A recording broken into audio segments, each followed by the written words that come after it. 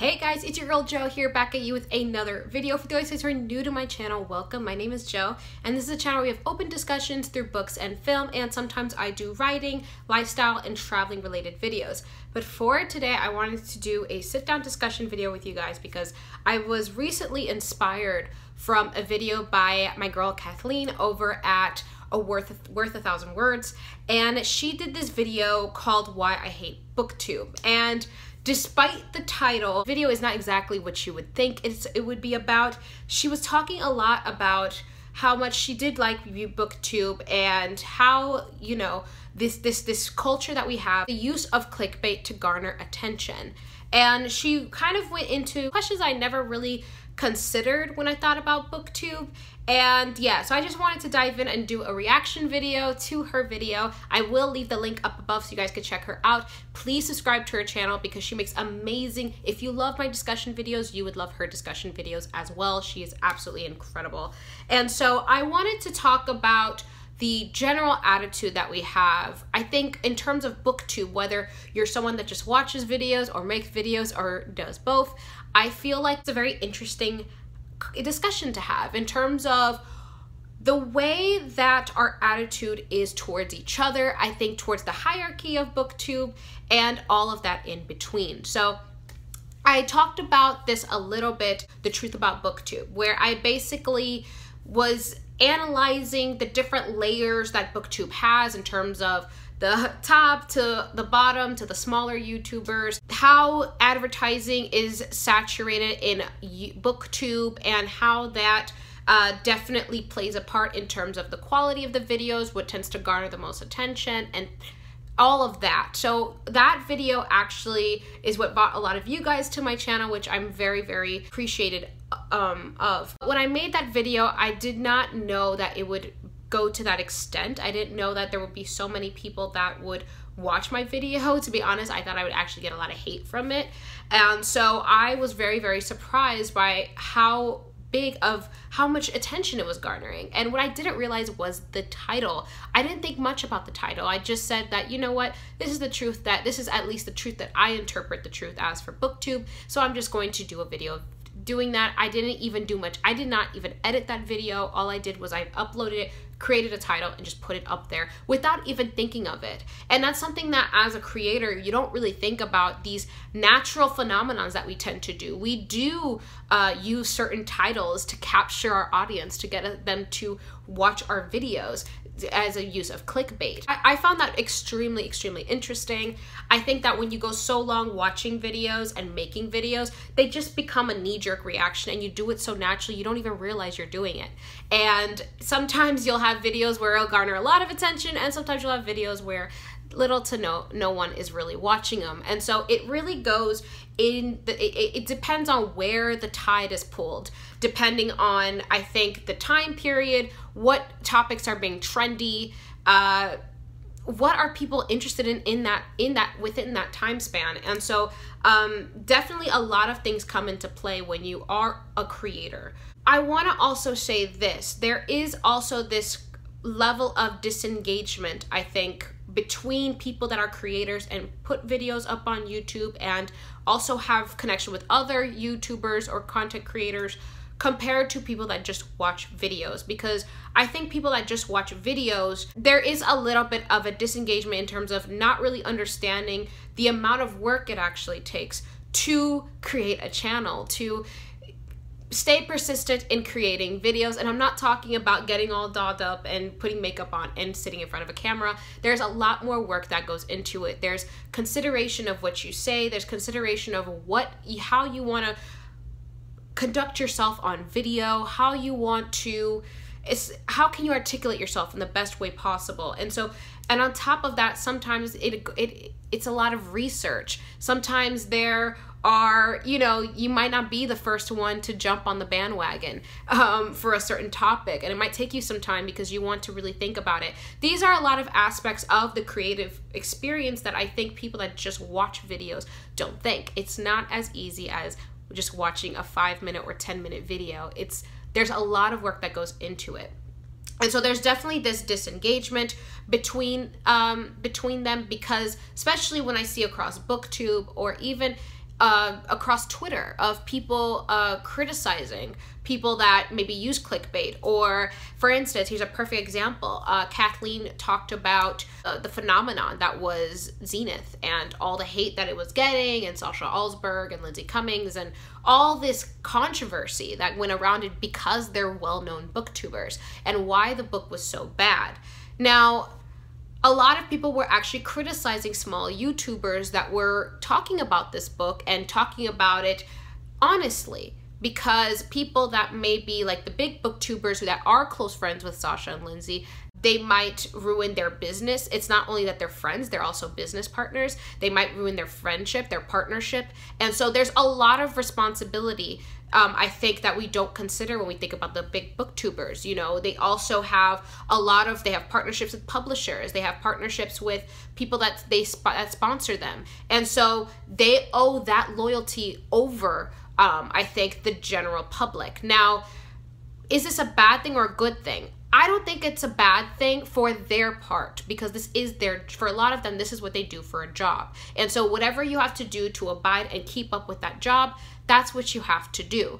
And so I do not look at, you know, Pollyann Books or Natasha or Sasha or Lindsay or any of those people with any malice or any anger, because I understand why they have to do what they do. I understand that because that is the way that you survive on YouTube. And that's another, I think, aspect that I think a lot of people that just watch videos don't necessarily understand, is that you have to find out ways to stay relevant. BookTube is a very, very competitive space. Everyone is competing for some sort of attention, some sort of amount of views, so that they can stay motivated to upload videos, because the whole purpose of uploading videos is for someone to see it, to engage with the people out there. And I think that in saying that, oh, you should do it not for views, but doing it for what you want, yes, I mean, there's definitely an artistic part of it that maybe, you know, certain times when I have discussion videos, even though it might be controversial, the first thing in my mind is not how are other people going to receive it. I think about that actually after I publish it, which is already out there. But you know, I still carefully think about what am I going to talk about in this video? How am I going to phrase myself? How can I make sure that nothing I say can offend someone or trigger or anyone? Or how can I say it in the most respectful way possible, where I don't feel like I'm invading someone else's space? All of that is to take into consideration when you are filming. Now, not everyone is as careful and conscious as I am, of course, but that is just my personal opinion. And I do think that when you reach a certain amount of viewership or engagement even, there's definitely a lot of things that you have to take into consideration. I also want to talk about the tendency of the way that we talk about negative reviews, because I've been seeing a lot of videos on YouTube now talking about people that jump on the bandwagon and giving negative reviews as a way to garner attention. And this is kind of where I'm going to switch the topic towards small YouTubers. YouTube now is saturated with so many people, with advertising and all this stuff. It has become a business, and in any business it is very competitive. And so if you want people to watch your videos, there are certain things that maybe you have to do. For some small booktubers, they might read a YA book or a popular book that everyone is talking about as a way to garner attention, because that's what's big and that's what everyone is talking about. And so even outside of BookTube, people talking about things that are trendy or current issues or current things happening in pop culture, that is the way that they stay relevant. That is the way that they keep people coming in to watch their content, to engage with them so that they can continue doing what they're doing. And so I think people that watch videos, there's this tendency of villainizing small, especially, I'm going to go back to BookTube specifically. There's this tendency of belittling small booktubers because they do the same exact thing. It isn't a negative thing to garner attention. I want to feel like what I'm saying matters, and I want people to engage with me and have a discussion with me so that I'm able to either feel like I'm not alone, or I can learn from something from a perspective I haven't taken before. And so with small YouTubers, you can't blame them for, you know, jumping on the bandwagon or using clickbait or finding any way to stay relevant. I will also talk as a woman of color. It's one thing as a booktuber to, you know, as a small booktuber with, you know, and don't get me wrong, I am so appreciative of every single subscriber that I have, every viewer, every commentator. I love the experience, and I feel myself just expanding more and more on YouTube, and I welcome it with open arms. But there's also smaller YouTubers that do not have the same amount of viewership as I do, that do not have the same amount of subscribers that I do. There's also the booktubers that have way more than I do. And whether that is because of my color as a Black woman, or whether it is because, I don't know, it could be. That can definitely play a big part of it. I definitely have met small booktubers that of color that have complained about the fact that their viewership has not grown exponentially since they started BookTube and have been on BookTube for years, compared to people that just started and are getting, and that tend to be white women.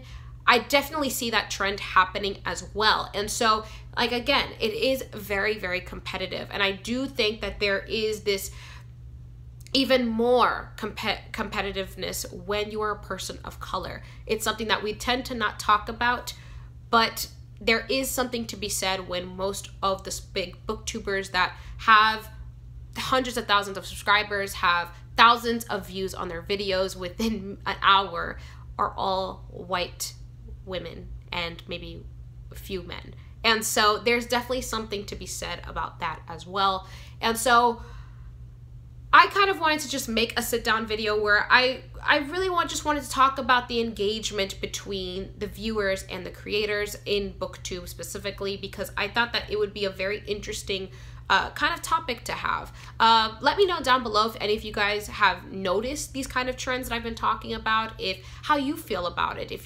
Are you someone that has a BookTube? Are you thinking about having a BookTube channel, or are you just a viewer? And what have you seen? Because I think it would be interesting to have a really deep discussion about, I think, our attitude towards each other in terms of allowing people to have spaces where they can come up, where they can have a voice, where people can engage with them. I feel like that definitely needs to be something to be talked about, because, you know, I think that people think that because we have big booktubers, those are the only ones that tends to, you know, be glorified. At the same time, I do think that there should be more big booktubers coming up as well. It's very stagnant. I always see the same people being going to BookCon and having these sponsored opportunities and having these kind of things happen for them, when there are just so many other booktubers out there that deserve those same opportunities and aren't getting that kind of recognition. I think that that's definitely something that we should talk about, and is something that is worrisome, especially for those who are thinking about having a BookTube channel and want to have those same opportunities as well. And so should we close off those opportunities because we already have what we have, or should we allow them to prosper? Should we allow them to expand their voice? Should we subscribe to them and look and see what kind of content they come up with? I think that those are definitely things to consider. Demonetization that happened a few months ago, it's something that does harper down on those opportunities for small YouTubers, but at the same time, it allowed this expanding trend of actually considering small YouTubers in a way that I think that wasn't there before. And so I hope that this video was interesting for you guys. Let me know down below what you thought about anything that I've said. If there's maybe something that maybe you've noticed that maybe I missed, I would love to have a discussion with you guys in the comments. I will see you guys next time.